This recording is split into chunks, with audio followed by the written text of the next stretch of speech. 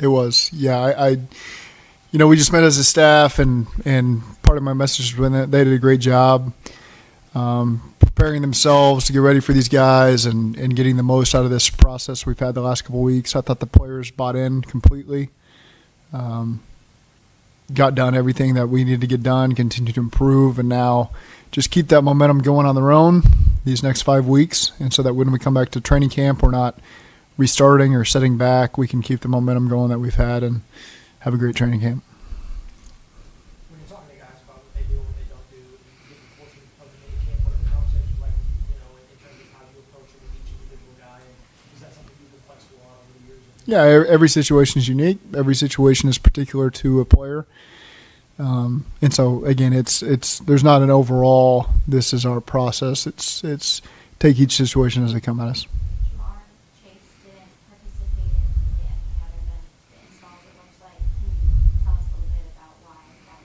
Yeah, it was good to get him back in here. He's in great shape. He had his process he went through with Joey Bose. Again, when someone's not been here, you don't want to rush them into things, but he clearly has done a great job this offseason.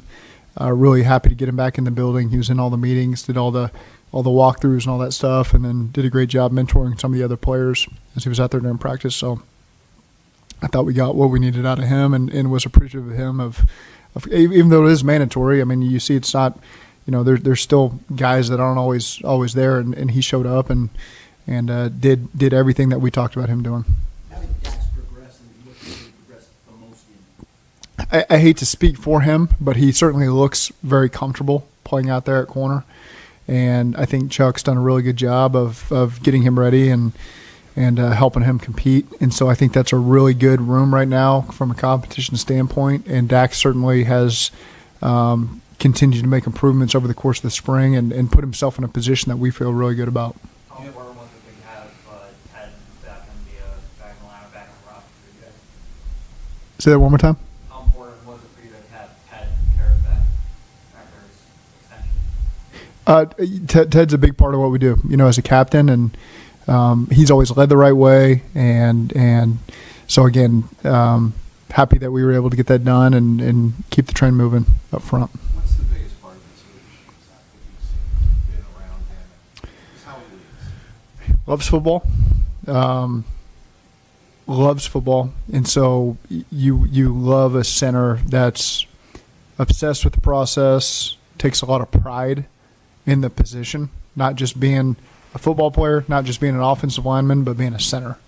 And there's a lot that goes into that, and Ted takes on all that, takes complete ownership of it, does a great job with the communication, starting the communication up front, the communication with Joe, the communication with us as coaches, and then as a leader, as a voted captain, the communication as a team. He's a guy you can trust, and so again, he's about all the right things, and still's got good years in front of him.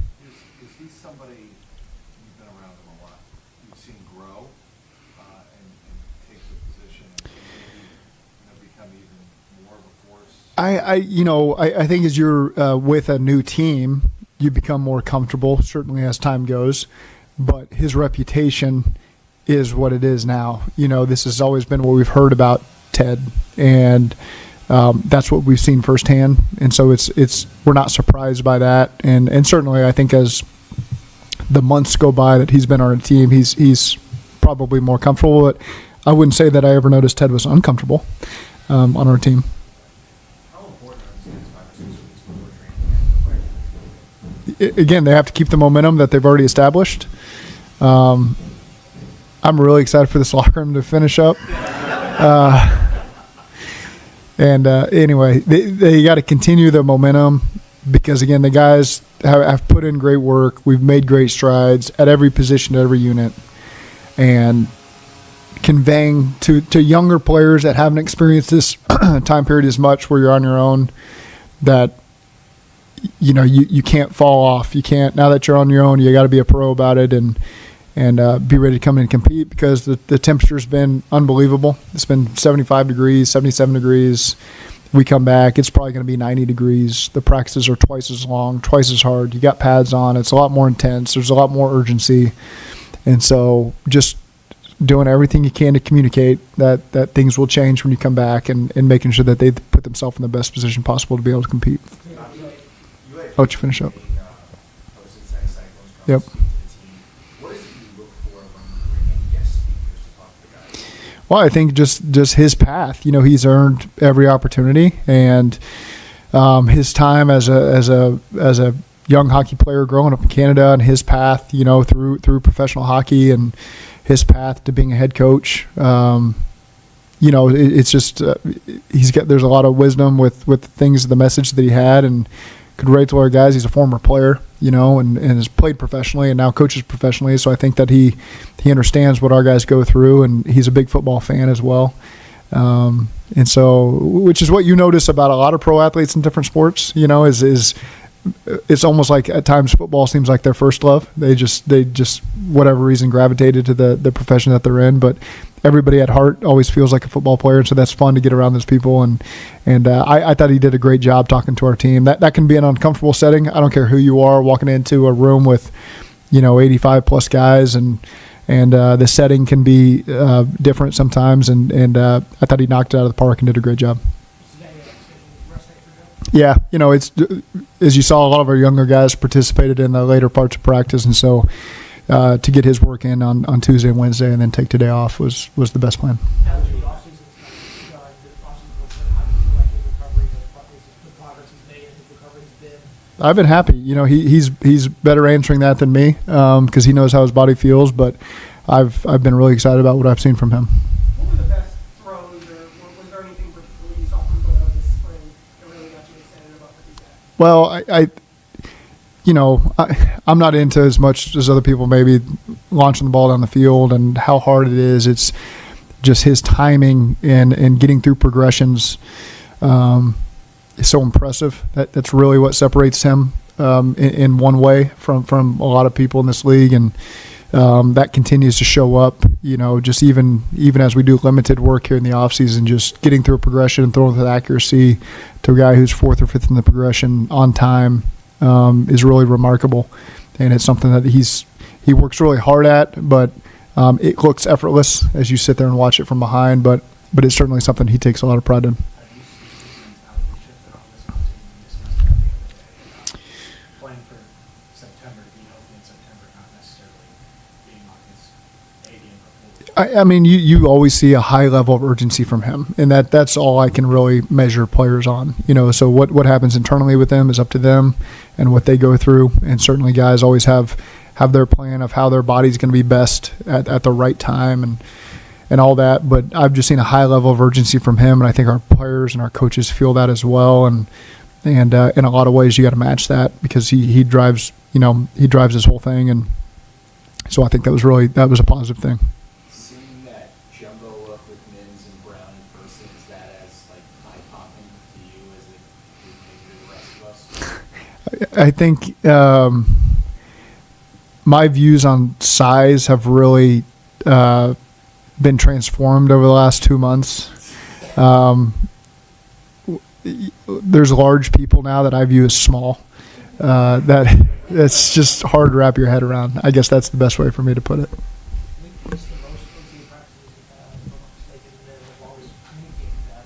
What are the reasons why, how you guys structured the way you do it? The calendar has been so funky over the last 4 years, to be truthful with you. COVID played a large part in that, obviously, and then just the late runs into February 2 years in a row affected that. This year we didn't have that, and so it just made more sense to give the players their time leading up to April and into early May, and just getting a little more work done than we've done in the past. It's just a product of when our season ended, and the work that I thought would be necessary to get some of the new players integrated and some of the young players integrated, because we are a younger team now. That's just the way it is, and so you got a lot of young guys that need that work. Any younger guys that were really high school coaching them all? I think there's a lot of them. I won't go through them all by name, but there's a lot of guys, a lot of year two guys that you see taking that next step. Their rookie years behind them, and so there's certainly a comfort level from knowing what the full calendar year looks and feels like, and what the expectations are, and how they need to. Their comfort level in the schemes is a big part. Where you're not just doing what the paper tells you to do in front of you on the install sheet. You're actually playing up to your time speed on both sides of the ball because it's second nature on what the call means to you, and you're not just sitting there trying to process the call and do it the way the coach says. Now you get a chance to put your own flavor into it a little bit, and so you've seen that with a lot of our guys now. Jamar has already done so much. Is there more room to his game maybe now as he is an older receiver who's seen a lot more? I think what as our roster evolves on offense, it allows us flexibility to do a lot of different things with a lot of different guys, and so I think that's where again it's hard to say that every player can get better. Let me start with that. But he's played at an extremely high level and given us everything we'd hoped he would ever give us. And so now it just comes with the flexibility of the personnel we have on offense. It changes from year to year, and this year will be a change. And so that can change his role, shift his role in some ways. In some ways, it'll be the same as it has been. So, he and I have had good conversations about that, and look forward to seeing what the season brings that way.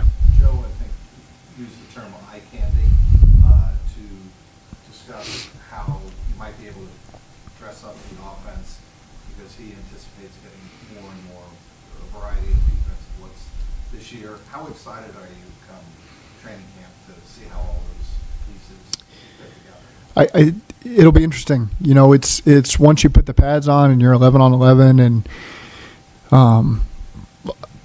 we certainly have our vision of how things will go offensively, but there's flexibility for it to evolve as training camp goes because we do have new bodies at different positions, and we got a new guy in the running back room, new guy in the tight end room, new guys in the offensive line room, new guys in the receivers room. So to say this is what it's definitely going to look like on August 25th, we're not going to put ourselves in that box. We're going to allow it to be flexible as we practice, and things can shift as we go, and we're very open to that, and we're going to be flexible that way, and I'm excited to see guys step up. There's still rooms for roles to evolve and grow, and others may shrink, and so that's just the beauty of having good depth, because I think that we've got good depth, and there's a lot of competition, and so we'll just see how training camp goes, and I'm excited to watch that process unfold.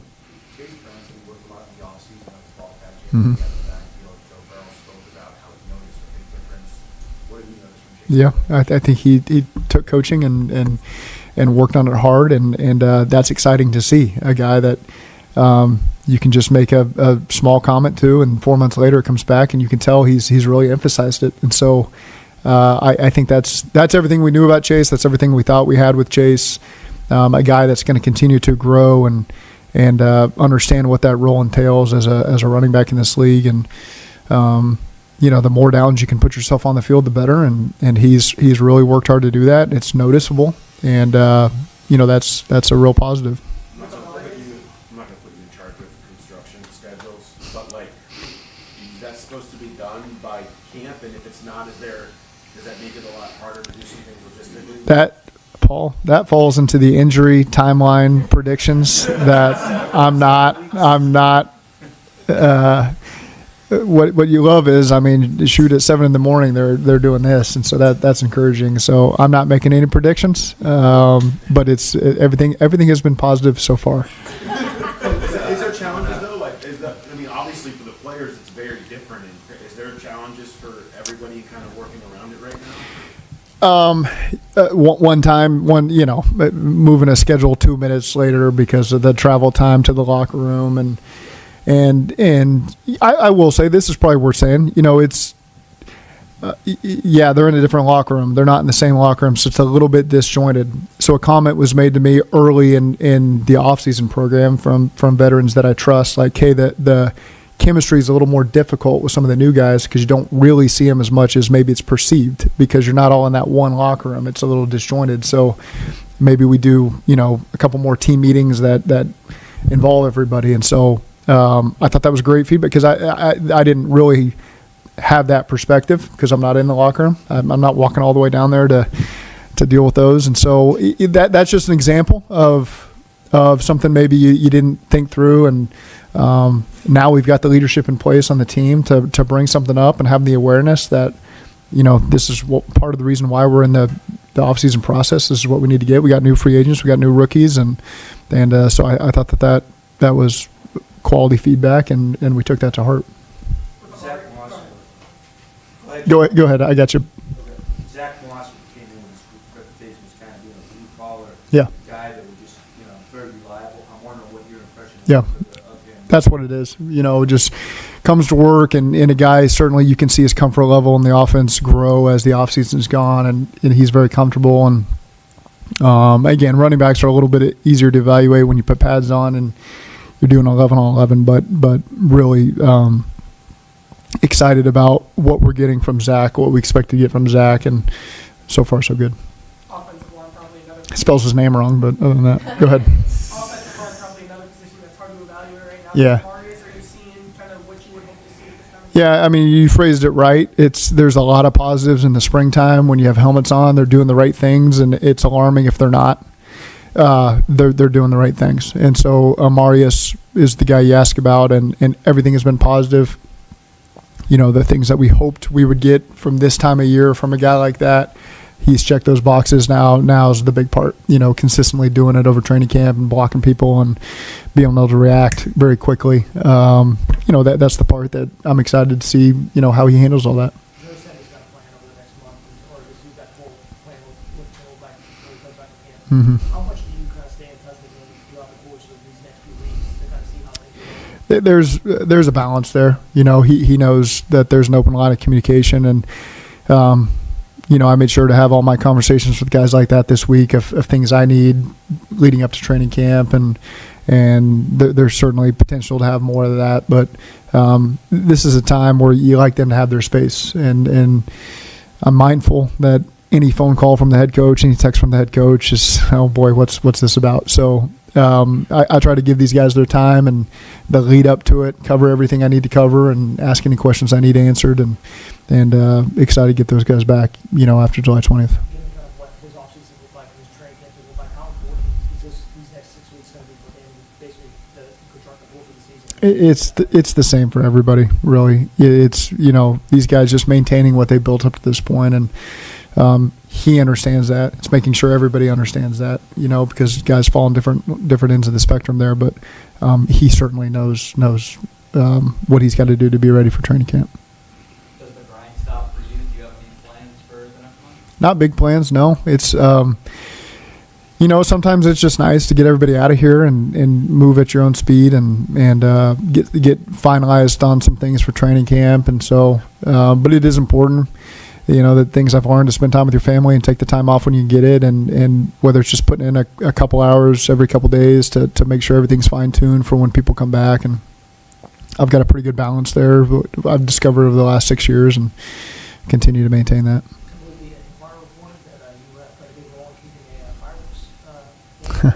What led to the decision to get involved in the? Well, it's a big part of certainly the overall community, the community I'm a part of over there in Mount Lookout. And I had a neighbor that kind of was spearheading that. And so it was not just me, I can promise you that. There was a lot of people involved. And so, again, just it's a big part of my 4th of July. And so I'm happy to continue to see it. And I think a lot of other people in that community are. But it wasn't just me. There was a lot of people involved in that probably aren't getting all the accolades that came my way.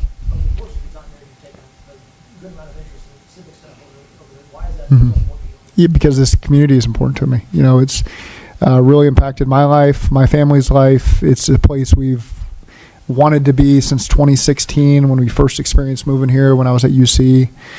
And so obviously everybody here in this town has done so much for me. There's very easy ways for me to get back to the community and be impactful, because that's a role that I have and it's important. And I certainly have a podium here that can impact people, and you can do that in a lot of different ways. And I've always said this, my interactions publicly have been 100% positive, and I'm not making that up, and even just as simple as the Reds game, I love talking to the people sitting around me, and it's always positive and always supportive, and we're always behind you, and not just me, but the Bengals organization. And so I love those interactions, and there's because you know how quickly it can be taken from you, and so you got to enjoy it while you got it, and it's sincere for me. I hope people can feel that because it's just how we feel about it.